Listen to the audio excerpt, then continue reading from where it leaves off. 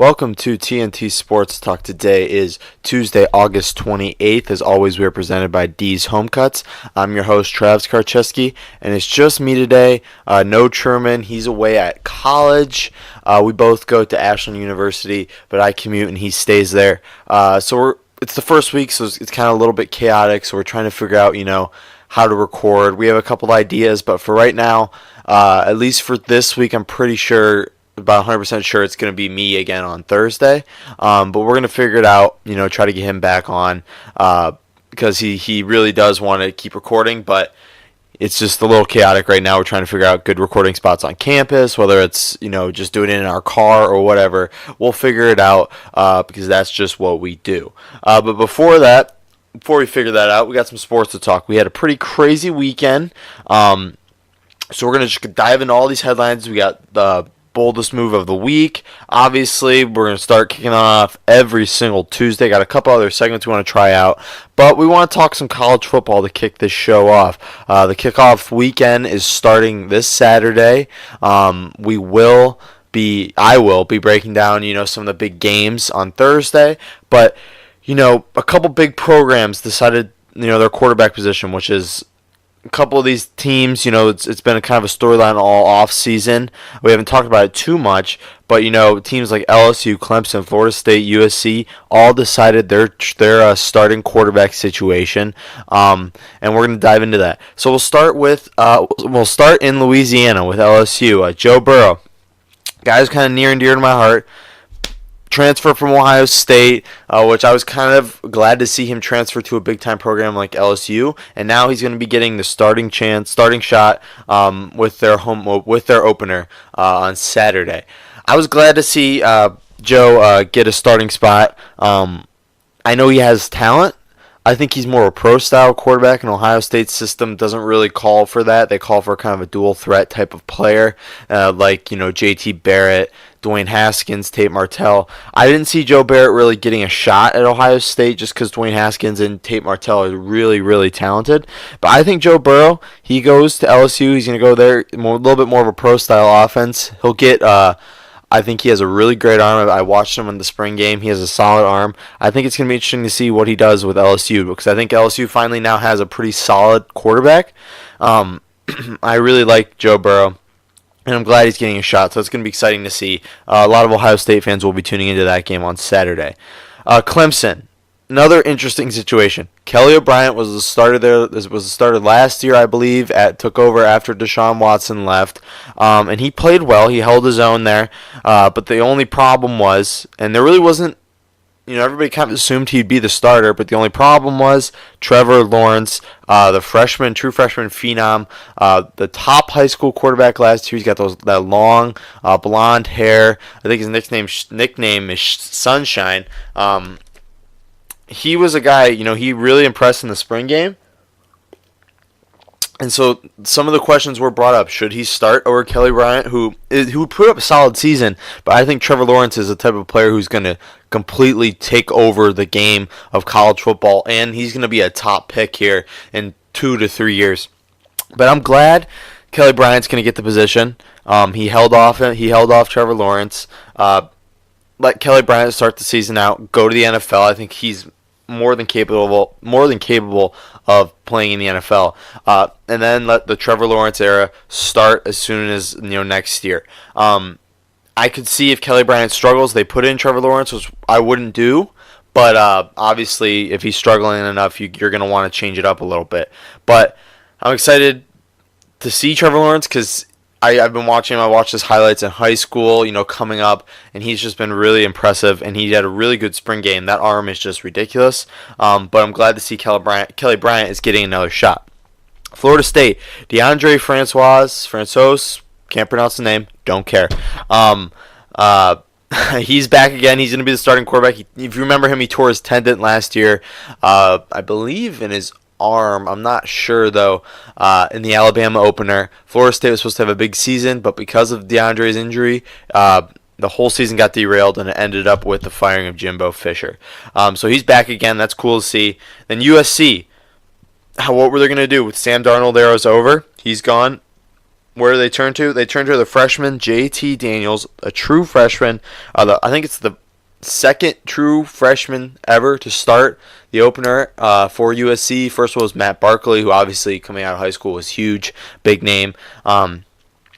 Somebody who he impressed in high school is going to really get a shot here to see what he can do.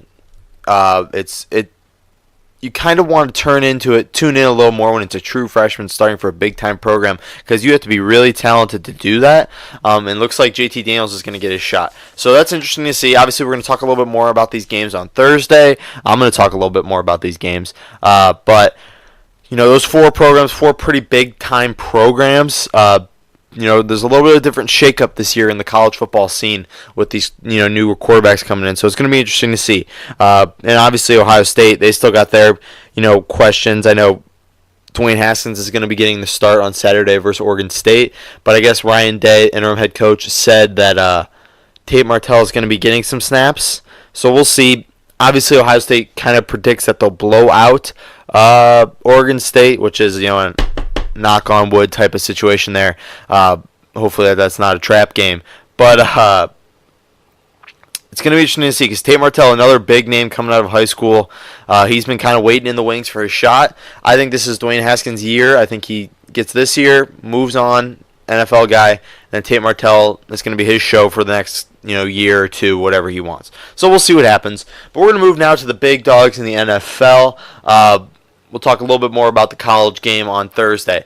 So preseason week 3 is over. We're not going to go game by game because we got a packed show for you today, and that's just going to take forever. It took over half the show last time to get through the NFL.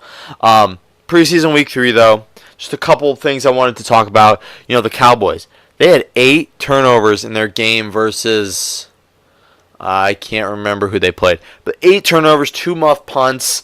That's a problem. Looks like, they're going to be missing a guy that they just traded over the offseason. We'll talk about in a second with Ryan Switzer. Obviously, 2 muff punts. You're going to be needing a punt returner now. 8 turnovers, though. Cooper Rush is a guy we've talked about a lot. He was somebody who undrafted rookie free agent last year to basically the backup behind Dak Prescott, because the Cowboys loved him so much. He's regressed a little bit this preseason, which is interesting to see, because, Cowboys fans were really excited about him because he was... he made a lot of waves for a rookie free agent in his first year. So we'll see what happens there. The Green Zone on NBC. I wanted to talk about that a little bit. If you didn't see, I guess it's inside the 20. The Red Zone, NBC is going to be doing a graphic where they make, what is it? They make the first down line. Instead of just the yellow first down line, they're going to make the first down yardage that they need a little bit darker green than the actual field. Doesn't make sense to me. I didn't really think the 20-yard line was the most broken part of the the yellow line on the field was something that needed to be fixed over the offseason, but I guess they're going to try this out. We'll see how it works. They got a little preview of it. It's okay. It's not great. I think a yellow line is going to work better, because I don't know what their plan is, but like a 3rd and 1, 4th and 1, you really can't see much of that. I think the yellow line works a little bit better. I don't know if they're getting rid of the yellow line altogether, but this green zone thing, I think, is a little bit too much. I think you just go back to the yellow line. Andy Dalton, his return to Buffalo after basically giving the Buffalo Bills a playoff spot last year. He got a standing ovation. I know he was waving to the fans. He is loved in Buffalo, and it got clearly shown on Saturday with the standing ovation. And 2, we'll talk about the first guy, John Ross. First round pick last year, ran the fastest 40 time in NFL history. Kind of sucked last year, I'll admit it. He was straight trash. I don't even think he had a catch for a long time. He dealt with injuries. I was looking him up because I did pick him up in my fantasy league, because I think he's going to do big things this year. His whole year last year, he scored, I think it was like -9 fantasy points.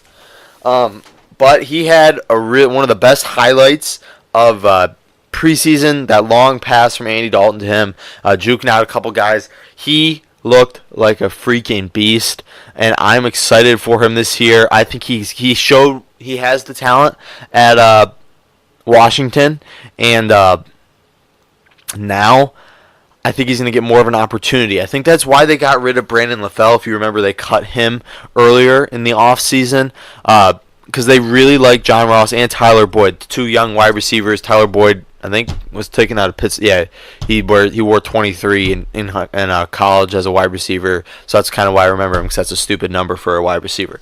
But he's going to be back, looking for, a little bit of redemption in year 3. And John Ross, obviously, he's got that chip on his shoulder. He wants to prove, kind of shake off those ramblings of a bust. He's not been labeled a bust yet because he was dealing with injuries, but slowly, it's he's kind of started to develop the shield of a bust type of player. He's shown some of the signs, but hopefully he can kind of shake that all away in year 2 and put out a good year. And I think he's well on his way so far in this preseason. Another guy who's kind of like that, who's already, I think, been labeled a bust, is Kevin White, the wide receiver from the Bears, drafted first round out of West Virginia a couple years ago, has just never seen the field due to injuries. I think he's played 4 games in his, 3 years in the NFL. Bears fans, I think, have already kind of written him off, but he had a pretty nice catch and touchdown in week 3 here, the preseason.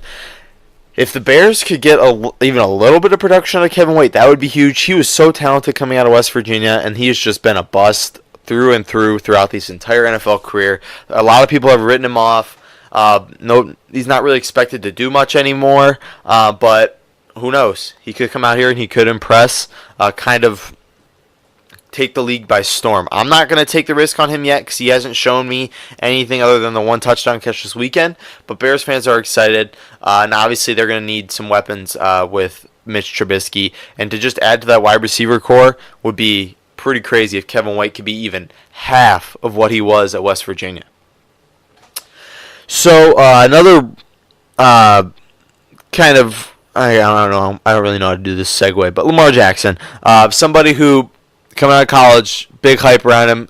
I think this preseason is kind of confirmed he's not ready for NFL action yet, which I kind of assumed. But he did look good in his game in week 3 here. He had a pretty long touchdown run. He showed, I think he's getting a little bit more comfortable. He's not ready. He should not play this year. This is Joe Flacco's year, his contract year. Let him play. And if he struggles, keep playing him. Move on to Lamar Jackson next year. Because I don't think Lamar Jackson's much better right now than what you'll get out of Joe Flacco. But you never know. Lamar Jackson is somebody who has kind of been not talked about a lot, in the draft process because, people don't think he has that great of an arm. And he's kind of shown that, I think. He has a decent arm, but he doesn't. His athleticism is off the charts. He put up some insane numbers at Louisville in high school. This is a guy who succeeded at every single level, so there's no doubt in my mind that he can succeed on the NFL level. It's just going to take some time. Another guy who's kind of at the opposite end of the spectrum in terms of careers, Adrian Peterson, another one of these running backs who 3-4 years ago, big name, big deal, but it's just been complete shit show ever since, with injuries, fighting with Sean Payton on the sidelines with the Saints. Now, he had 2 good games with the Cardinals last year, but now he's back in the league. We talked about it last week with the Washington Redskins. But he did look good. I'll give him that. 56 yards on 11 carries is impressive. Not world-changing, not what we're used to seeing from prime Adrian Peterson. He's obviously past his prime. He's not going to put up numbers where people start thinking that maybe he'll beat out Eric Dickerson's rushing record, which was a complete joke because I don't think anybody's ever going to break that record. But hopefully we'll see if there's a switch in Adrian Peterson. From last year, maybe he'll be the lead back, switch it up a little bit. I could see Peterson really making an impact. That's why I picked him up, switched it up with in my fantasy league. I dropped the guy and added Adrian Peterson real quick, and now he's a pretty hot name in fantasy, kind of switching up the draft board. So we'll see what happens with that type of switch. Last storyline I want to talk about in week 3, Jordy Nelson, Aaron Rodgers, probably the saddest moment of the weekend. You could see them throwing passes back and forth to each other in warm-ups. Truman's obviously more adamant about this than I am. He thinks that Packers getting rid of Aaron Rodgers was the dumbest move in franchise history it's going to be? I think so. I think Jordy Nelson had a lot left in the tank. I think he got ripped from the Packers too soon. I think there could have been some other cuts, Randall Cobb, but we'll see how that goes. But it was pretty sad to see them throwing the ball back and forth to each other. Nostalgia, what, I don't know how you pronounce that, took over. But Jordy Nelson catching passes with Aaron Rodgers just put a good feeling in my heart and made me tear up a little bit. And I know Fresno State fans watching Derek Carr throw to Devontae Adams was also kind of a tearing up type of moment. But that's week 3. Preseason. I'm ready to get this shit over with. I'm tired of preseason. I want to move on to the regular season. There's a couple teams didn't even play any starters, so it's kind of getting boring. So I'm ready to move on and get to week 1, which is going to be so much fun, especially for the Giants, because they just signed their big man, Odell Beckham Jr., to the biggest contract ever for wide receiver. 5 years, $95 million. I think 54. I don't know. That's probably not true. $54 million guaranteed. Something ridiculous. Highest ever for a wide receiver, which is impressive as hell. He's a guy who I think can change a franchise around with his talent. I don't think I would have paid him this much. I think he's, in terms of talent, he deserves it. But he hasn't shown me that he's a $95 million guy yet. In terms of all-around talent, he's got probably the most talent for any wide receiver. Maybe AB, I would say, is above him. But Odell is obviously very good wide receiver. One of the best in the league. Top 3 when healthy. That's the problem. He's coming off an injury. He's coming off of. This is what you sign with Odell. You're getting a guy who's coming off an injury, coming off a shit show of a season. Off the field, cocaine allegations, the boat party, which was a complete mess, bashing the field goal net on the sidelines. He's a lot to deal with, and I kind of thought the Giants didn't really want to deal with him anymore, and they were just gonna let him go. That's kind of what everybody thought earlier in the offseason, but obviously they're committed to him, and I think he's committed to the Giants. So congrats to him. He got paid. I love seeing players get paid like this, taking a little bit more money away from those owners. But credit to him. We'll see what happens this year, though. Hopefully this won't be a terrible contract for the Giants for years to come. Pac-Man Jones, my man, got signed back up with the Broncos. Not really sure why he keeps getting signed. Obviously, he's a pretty decent corner in the NFL. He's not great anymore. He could have been if he wouldn't have completely pissed away his early career with all these mistakes off and on the field. But I'm not really sure why he got signed. I guess he's going to bring some veteran presence to that Broncos secondary. I think he would have fit at different places a little bit better. But obviously you're going to take what you can get when you're trying to play another year in the NFL. But we'll see. Pac-Man Jones, I think, is kind of everybody's just kind of sick and tired of him. That's why I kind of got pissed when he got signed, because I really don't want to talk about him anymore. Because I've just, I don't know. We're going to move on. Marcus Lee, this is a sad story out of Jacksonville. Marcus Lee, I think I'm pronouncing his first name wrong, but we'll just say Lee. Lee, I think he went to USC. Coming out of USC, he was a big name. Kind of didn't really impress that much in his first couple of years, but last year he really got some good production out of him, some solid production. He didn't really, put up worldly Pro Bowl type numbers, but he had a really solid year. They signed him to a contract extension, and he was supposed to be, I think, the number 1 guy there in Jacksonville. But I guess he's got some ligament damage in his knee, so he's done for the year, which sucks because now the Jaguars have to rely on a wide receiver core of Moncrief, Keenan Cole, Westbrook, Chark, I believe, out of LSU. Those are the 4 main guys now. So we'll see what happens there. A lot of young names, a lot of unproven guys, especially Chark out of LSU, who I was really high on in the draft, but we'll see what happens there. But that sucks for them. I know there were reports that Dez Bryant would be a good fit there, and I could see him being a good fit there.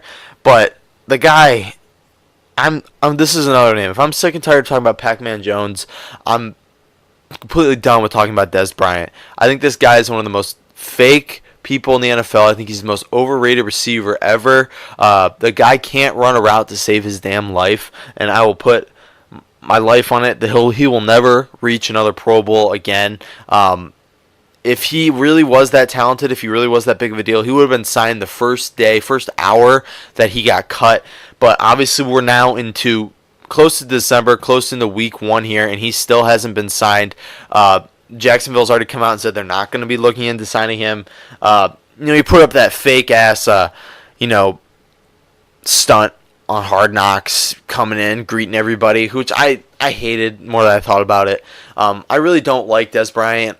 Not just because I'm a Packer fan, but I don't know. I think he's pissed away a lot of opportunities this offseason with the Ravens. The Browns offered him a contract. He's just making a lot of dumb moves, and I'm tired of talking about him. So I'm going to talk about a guy I'm a little bit higher on, somebody I am excited about, Ryan Switzer. The man coming out of USC has just had a pretty rough start to his NFL career, not because he hasn't been performing on the field, but because he's been traded. This will be his 3rd team in basically under a year in the NFL. He's entering his 2nd year. He got traded to the Raiders in the offseason. Now he's been traded back to Pittsburgh. I guess not back. Traded to Pittsburgh for a 5th round pick. I guess my Steelers source, Johnny Glad, we've talked to him on, and he said he's going to be their kick returner, punt returner type of guy. They need somebody who can, kind of be that guy, because Antonio Brown can't really do it anymore because he's so much more valuable as a wide receiver, and they don't want to take the risk of him returning kicks. But Switzer, I was excited about him coming out of USC. I think he can do a lot in the NFL if he finds his niche. Short white wide receiver. Everybody instantly thinks New England, and I think that would be a great spot for him. But right now, he'll be in Pittsburgh, which is a good spot, good quarterback. This wide receiver core, Schuster, obviously Antonio Brown, best receiver in the NFL. Other than that, you put James Washington there, Eli Rogers. This team is looking for, another guy to step up, and I think Switzer could really do a good job of doing that. Even though he was just basically brought in to be the kick returner, but we'll see what happens from there. But that's it right now for the NFL. For football, we're going to move to baseball. But before that, let's see here. It's D's Home Cuts time. My man, Dom at D's Home Cuts, has been providing professional haircuts to many homes, many people around Northeast Ohio for only $7. He will provide you with a modern haircut and styling, which is insanely cheap if you really look at it. If you price shop other salons, other barbers, there's no way in hell you find a guy who's going to cut your hair for only $7. It's just not going to happen, and he does it so well. He's young. He's trying to. He's a young phenom in the haircut business. Dom's been a guy who every time you're going to go into the shop, you're going to get a professional cut. You won't be disappointed. You can trust me on that. He's at Akron right now, giving haircuts, in his dorm, because the grind does not stop. Hair keeps growing no matter what happens, and Dom, as long as hair's growing, Dom will keep cutting. So you can find him on Twitter, but I recommend you go to his Instagram. You can look up a million videos of his haircuts, what he's done, before and after pictures. And also, it's really easy to set up an appointment straight up in the bio. But other than that, check him out. You won't be disappointed. But we're going to move to baseball now. Because baseball's been heating up. The playoff race is heating up. We got some storylines I wanted to talk about. And we're going to start in Toronto. Toronto's had a pretty shitty year in baseball. This team's fallen hard since their playoff run a couple years ago. Ever since the Indians straight up embarrassed them on national television, this team has fallen on some hard times. Losing, key pieces to trades. I think the Indians are one of the sole reasons why Toronto's just been, having a bad year, a rough couple of, baseball months. But the lone bright spot so far this past week has been Morales, the longtime DH for the Royals. He signed a contract with the Blue Jays a couple years ago. it ended. I wanted to talk about this a little bit yesterday, but obviously we don't record yesterday. He hit 7 straight home runs, 7 straight games. My man Morales hit a home run in 7 straight games. He went for his 8th last night. He didn't get it. Obviously, that sucks. That would have tied the MLB record with, I think, 4. There's 3 guys there right now. I know Ken Griffey is up there. I think he's hit 8 straight. So it sucks the streak broke, but I'm glad for him. Morales, if you read reports, he's one of the nicer guys around baseball. Everybody in the locker room roots for him, and he's been having a little bit of a rough year, but he's risen his batting average, I think, like 40 points. He's just been on a tear lately, and obviously it sucks that his streak broke, but it's easy to root for a guy like that. Hopefully, once a streak ends, it's easier for you to start a new streak. So we'll see what he does with this. I think he'll still be hot. I don't think this is the end of his hot streak. But I want to talk about a guy who I love, who my man Brian Leonard loves. We've talked about him before. Guy who's been kind of underwhelming the last couple years. I mean, kind of not underwhelming by any means. He's just broke onto the scene this year, and if it wasn't for a couple other big names, he would be, I think, a clear-cut MVP candidate, and that is my man Matt Chapman, the third baseman for the Oakland Athletics, who's been leading this team to a historic season, a overachieving type of season, a really solid season, and he's hit. I was looking at it. I think he's hit 4 straight games. He's hit a home run. He hit 2 on Sunday, and he hit 2 yesterday. He's hit 4 home runs in 2 games. He's underrated as shit. The guy is batting .282 with 20 home runs, 22 home runs now. That batting average is a little up now. It's not .282. But the thing is, his defense, I think he's the best defensive player in all of baseball. I know that's kind of hard to say with the guy who hasn't proven that much yet, but he is easily the best defensive player, I think, in baseball. He's really fun to watch. He's fun as hell to watch. He's just making play upon play upon play, and I want you to tune into him. If you're listening to me right now, if there's an Oakland A's game on, turn it on. Go look up highlights of this man. He is just really fun to root for. And obviously baseball we've talked about this, does a really shitty job of marketing their players, and that's probably why you haven't heard of him. If you haven't heard of him, but you should by now. He's a guy you're going to want to start to watch. Matt Chapman, my man, the third baseman. I would love to have him on the show. We'd have to bring Brian on for that, but obviously we're not at that level yet, because this guy, for the next couple years, he's going to be a superstar, and I think it's pretty clear. So speaking of superstars, a team that has a lot of superstars, the Boston Red Sox are kind of in a rough stretch. They've lost 6 of 8. They just got swept by the Rays. Mookie Betts is batting. I think he's hitting 150, I think maybe 160 over the last 9 games. His batting average is still .330, but that's fallen a lot. Taking him a little bit, putting Mike Trout maybe more in that MVP contention, because that batting average is not .350. I think it's .325 or something like that now. But now with the Red Sox losing, going through some hard times, a team like the Yankees were in a great spot to take up some games, and that's exactly what they did. They've won 8 out of 9. Granted, it's been versus kind of shitty teams, like the Orioles. They're playing the White Sox right now. These are kind of bad teams. But this pitching, these new pitchers that they've added, Lance Lynn, I kind of talk crap about him. He's looking really good, and this team, this New York team, has closed the gap to Boston to 6 games. I don't think it would be insane if the Boston Red Sox lost this division. I don't think they will. I think they're just too good, and I think they'll fix it here soon. They've dealt with some injuries, but if Boston blows this lead, I don't know what I would do. I don't think it's going to happen, but that would be crazy. We'll talk about that some more if it just keeps going downhill. But I just want to put that on your radar. The Yankees are closing in on the Red Sox, and that's something I wouldn't have thought I would be saying, but who knows? Could happen. You don't know, though.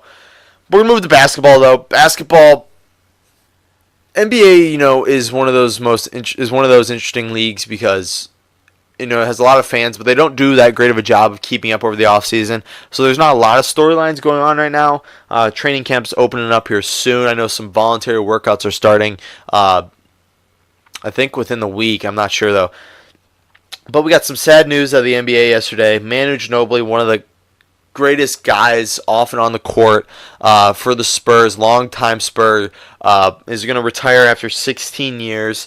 This guy, I think, is one of the best six men of all time, if not the best. He started a little bit, but for 2/3 of his career, he came off the bench. He was a staple there in San Antonio. He's the last of the big three. He's gone now. Obviously, Parker's not gone. He's still playing, but he's off the Spurs. That Spurs core is gone. And that sucks if I'm a Spurs fan. This is why we talked about it. It's one of the hardest things in sports, I think, to watch your team just slowly break down and just give away, some of your favorite pieces. And obviously, Manu had a great career. Been a staple in the league the last couple years. You can always count to see him flash. And I was surprised he retired. I think he had a little bit left in the tank, but he's made his money, he's made his memories, he's won his championships. Time for him to move on to his next venture. And we wish him the best of luck in anything that he does. But we're going to move now to some segments. Before that, I wanted to remind you that our show has obviously been brought to you by D's Home Cuts, but it's also brought to you by A's Lawn Service. Since 2014, A's has been providing many homes around Northeast Ohio with professional landscaping at a low and fair price. Andrew owns A's Lawn Service. We've been trying to get him on the show a little bit. We'll get him on, I think, one of these days. One of the nicest guys you'll ever meet. He works really hard. He's got a great group of guys. They've been working really hard to get this landscaping company off the ground since 2014. They've done a great job, and it's grown into something really big, and they do a really great job. Today, I'm recording this at 2:40 in my air-conditioned basement on a Tuesday, while outside it's about 90 degrees. It's insanely hot out. I had to mow the lawn yesterday. It was hell. And some schools are even closing down because it's just so hot outside. I hate being outside right now. So don't waste your time in that heat, unbearable heat. Let a guy like Andrew and his crew with A's Lawn Service take care of your lawn and your landscaping needs for you. He'll do a great job and you will not be disappointed. The phone number is 330-241-2392. Again, 330-241-2392. 2392, and the email is lawnservice.a's@gmail.com. A's Lawn Service, you grow it, we cut it. So check out A's, but right now we're going to move to some segments, a couple question and answer stuff we got for you, and the boldest move of the week. I was going to start with boldest move, but we'll save that to the end. We got a couple other segments I want to talk about, a couple other stories too. We're going to go with question and answer. We got a question sent in by a Jets fan on Twitter. What should the Jets do with Teddy Bridgewater? You look at the Jets quarterback room. I've talked that's probably one of the most talented quarterback rooms in the NFL with Bridgewater, McCown, who I think is a really good player, and then obviously the phenom and Sam Darnold, who I think is the most ready to start in the NFL right now out of all those rookie quarterbacks. So you look at this team. There's not much room for Teddy Bridgewater. There's not much room to fit in. Josh McCown's the mentor for Sam Darnold, and Teddy Bridgewater's kind of been the outside guy, even though he has the talent to be a starting quarterback in the NFL. If he wasn't for that terrible injury, he would still be with the Vikings starting games for them because that's just who he is. He's just a dependable quarterback. He's not going to change a franchise, but he's going to be able to take your franchise and put it in good hands at the quarterback spot, if that makes sense. I think you got to play the shit out of him in the fourth preseason game. Let him show what he can do, and then you try to trade him. The Jets' offensive line's pretty shitty right now, so I think they're going to need some help. If you could turn Teddy Bridgewater into a solid offensive lineman, you trade him to somewhere like, I don't know, the Dolphins kind of need some quarterback help. Tannehill's a little shaky. Seattle's looking for a backup quarterback, although they don't have any offensive linemen really. There's a couple teams who could use a good backup or even a solid starter. I think Teddy Bridgewater is that. I watch Colin Cowherd a lot. He's kind of one of my mentors, doing this whole thing. And he said yesterday that the Jets should just start him the first 3 games. They should just give Teddy Bridgewater the starting job for the first 3 games because they're playing the Lions, the Dolphins, and the Browns, all 3 winnable games. And if he goes out there and puts out some good tape, that he goes 2-1, 3-0, which I think he could easily do against the Lions, Dolphins, and Browns, then you would obviously get a much higher pick for him. I think he's kind of hit his ceiling. He's not going to wow you with his arm, but he's just dependable as shit. And I think he could be a guy who a team could use either as a backup or as a starter. So that's what I would do, I think, is play the crap out of him in the preseason game coming up, the last one, week 4. Put some good tape out there, and then just try to trade him for an offensive lineman or maybe even a pick, which you could flip for an offensive lineman or just use next year. Because he's a good guy. He's a good quarterback. Big name a couple years ago, not anymore, but that's because of an unfortunate injury. This wasn't really a question we got. This is more of our comments. What they wanted to give people wanted us to give our opinions on Skylar Diggins and the WNBA controversy going on with her right now. If you don't know who Skylar Diggins is, she plays basketball in the WNBA. She played at Notre Dame, was a pretty good player for them, is now a pretty good player in the WNBA. Over the last couple months, weeks, WNBA players have kind of been in the press lately, calling out, the NBA, saying how it's unfair that they don't get paid as much as NBA players. They do the same amount of work, which they do, I'll give them that, but they just don't get paid millions of dollars. But Skylar Diggins, she starts calling out players. She just starts calling out guys. Harrison Barnes, she called out, saying, he's making way more than she is, and he's just a decent NBA player. He's not even that good. But they're calling guys out left and right, and it's just been, kind of controversial.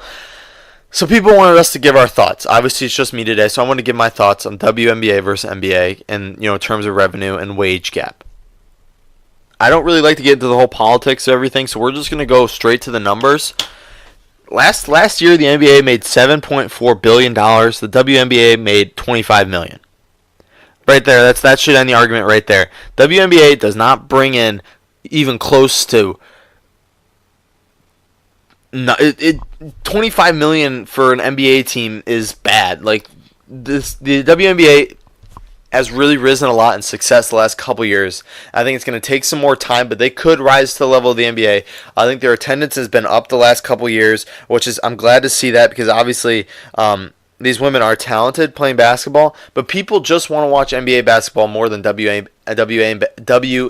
basketball right now because I don't want to get into the whole sexism type of thing, but it's not. I don't think it's sexism. I think NBA just brings in a lot more money, a lot more fans, a lot more TV audience, and the WNBA is just not at that level yet. I think they'll get there in a couple of years, but right now you're gonna have to take what you can take if you want to play professional basketball. You're not going to make $100 million like some of these guys are. And I get it, NBA contracts are ridiculous, but they're getting paid that because they're bringing in that type of money. And a girl like Skylar Diggins, who's really fun to watch, she should bring in that type of money based on her talent.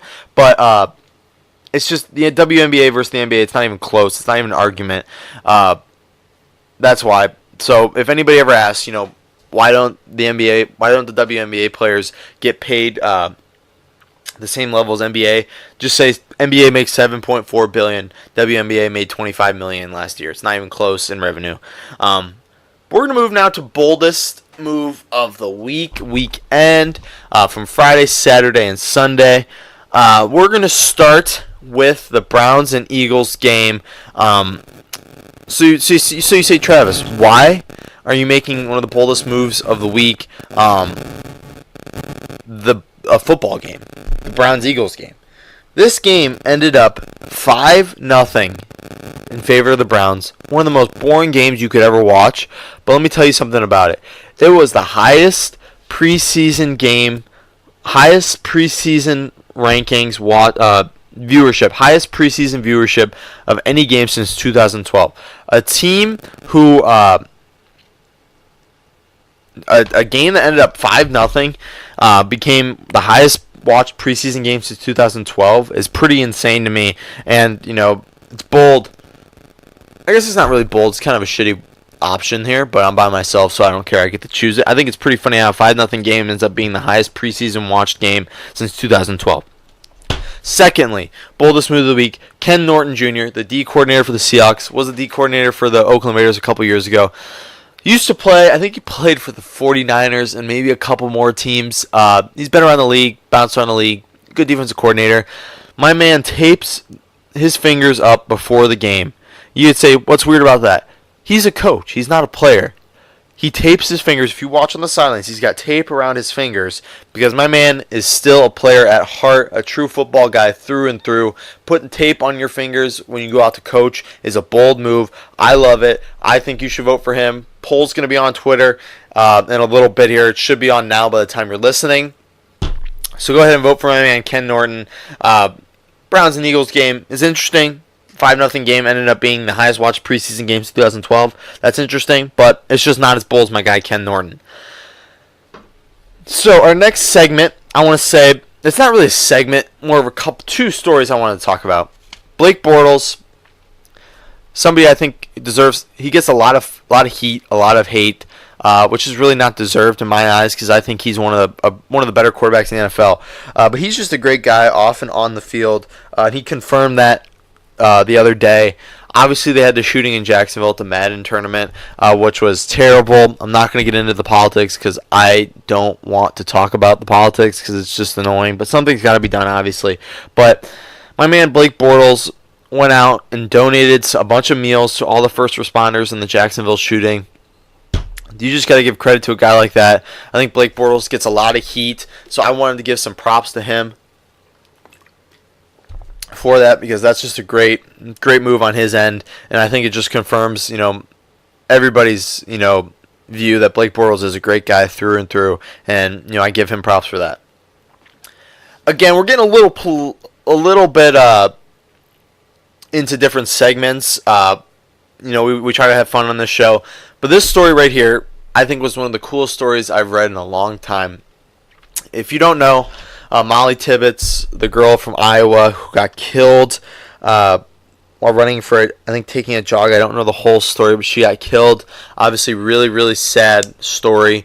But her brother, Scott Tibbetts, I believe, is a sophomore in high school, and he is the starting quarterback for his high school football team. The last month for him has been hell for him and his family. I can't even imagine what they've been going through. She was missing for a long time, and then obviously they found her body and caught her killer a couple days ago, about a week ago.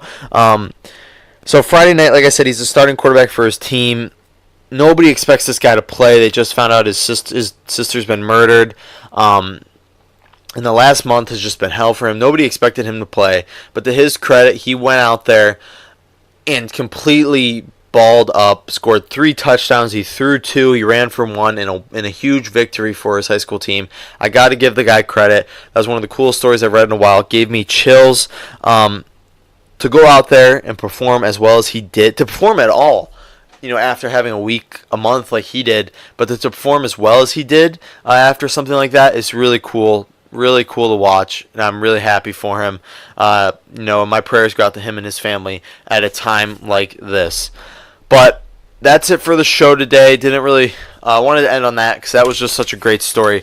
But we're going to talk a little bit more about the college football week 1 kickoff weekend on Thursday. Got a couple other stories we want to talk about, a couple other segments. But other than that, that's the end of the show today.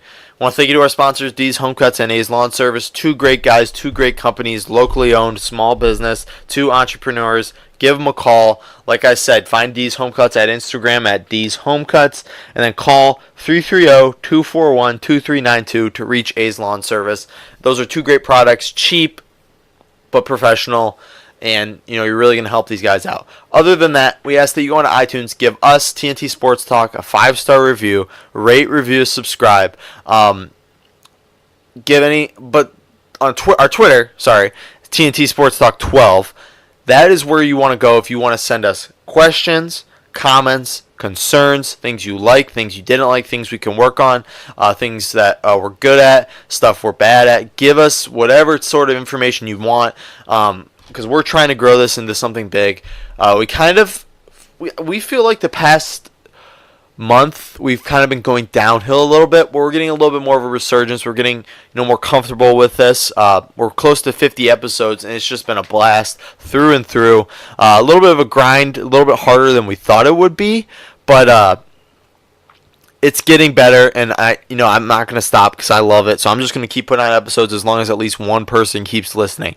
But you guys are great. Our fans are great. But our Twitter is where you want to go if you want to reach us. The DMs are open. You don't have to follow us. Just send us a DM. I'll look at it. I see them. I won't miss it. I'll respond. Send us, like I said, all your questions, comments, concerns. If you want to be a guest, we're looking for guests. A lot of people are at college right now. A lot of our regular guests at college or playing high school football. So there's not a lot of time for guests. We're trying to get more interviews. Got a couple interviews lined up, but obviously, athletes are pretty busy too. But send us that if you want to be a guest. Please send us questions you want answered on the show, comments. We'll start reading comments from viewers if they want us to read something if they can't make it in. Our Instagram, you can follow us on there. Truman's in charge of that. I'm in charge of the Twitter. The Twitter's a lot better, but the Instagram is solid. Listen to us tomorrow on 12 ounce from 7 to 8 a.m. It's a little bit different of a time on Wednesdays now. Fridays are the same. But if you're going to listen to us on 12 ounce, 7 to 8 a.m., prime time slot for your commute. Listen to us, put it on. It's a great and growing sports network that we're really proud to be a part of.